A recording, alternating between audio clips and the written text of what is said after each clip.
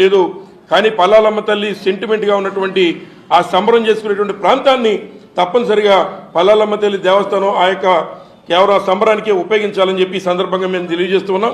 అలాగే నారా చంద్రబాబు నాయుడు గారిని ఫైనల్గా మేము మాట్లాడుతున్నాం, ఒక డిమాండ్ చేస్తూ ఉన్నాం. అదేమిటంటే మీరు ఈ రాష్ట్రంలో జగన్మోహన్ రెడ్డి గారి మీద మీరు మాట్లాడే ముందు మీరు మొన్న ఎన్నికల్లో ఇచ్చిన హామీల్ని హామీలకి మీరు ఒక డేట్ ఇచ్చి సమయం ఇచ్చి ఎప్పుడు మీరు అమలు చేస్తారో చెప్పి జగన్మోహన్ రెడ్డి గారిని మాట్లాడాలని చెప్పి సందర్భంగా కోరుతున్నా.